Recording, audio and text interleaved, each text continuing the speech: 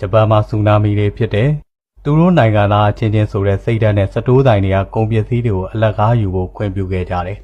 ။အင်ဒိုနီးရှားမှာမီးတောင်တွေပေါက်တယ်။နေအဆောက်အဦတွေပျက်စီးကုန်တယ်။အဲ့ဒီအခါအင်ဒိုနီးရှားနိုင်ငံသားတွေကသူတို့ရဲ့နိုင်ငံသားတွေအတွက်စောက်လို့ရသုံးပစ္စည်းဆိုင်တွေကပစ္စည်းတန်ဖိုးရဲ့25%ထိဈေးလျှော့ပြီးရောင်းပေးကြတယ်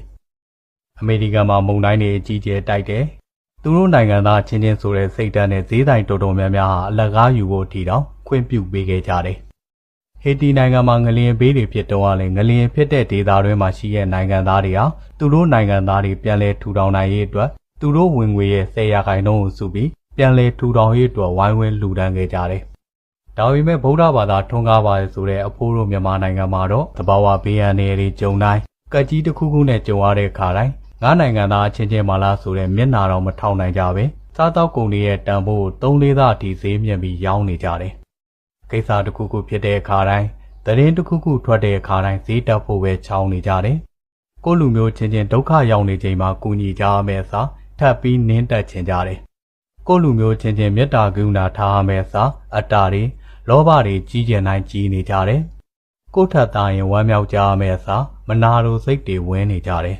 ။အမြင်မတူရင်အကြောင်းအကျိုးနဲ့ရှင်းပြရမယ့်အစားအစဲအဆိုတွေနဲ့တုံ့ပြန်တတ်ကြတယ်။အကောင်းဆုံးဘာသာလို့ကြွေးကြော်ပြီးအယုံညံ့သောအပြုမှုတွေနဲ့အသက်ဆက်နေကြတယ်။ဗုဒ္ဓကလောဘကင်းဖို့အတွက်ဟောခဲ့တယ်။ဒါပေမဲ့လူတချို့ကလောဘစိတ်တွေငယ်လေးရောက်နေကြတယ်။ဗုဒ္ဓကတမာတိဝါနဲ့စီဝါရှာဖို့ဆုံးမခဲ့တယ်။လူတချို့ကလူကိုချင်းချင်းရိတ်လီးပြီးမတမာတဲ့နည်းနဲ့စီဝါရှာနေကြတယ်။ဗုဒ္ဓကအားနည်းသူကိုဖေးကူဖို့ဟောကြားခဲ့တယ်။ဒါပေမဲ့လူတချို့ကအားနည်းလေလေအနိုင်ကျင့်လေလေလောက်တတ်ကြတယ်။ဗုဒ္ဓကစစ်မှန်တဲ့လမ်းကိုပြပြီးမွန်မြတ်တဲ့စိတ်တွေထားဖို့ဟောကြားခဲ့တယ်။ဒါပေမဲ့လူတချို့ကအောက်တန်းကြတဲ့စိတ်ဓာတ်တွေနဲ့လမ်းမကိုမှားမှန်းသိရတဲ့ပျော်ပျော်ကြီးရှောင်နေကြလေရဲ့။ဒါအဖိုးတို့မြန်မာနိုင်ငံရဲ့လက်တွေ့ဖြစ်ရပ်တွေပဲ။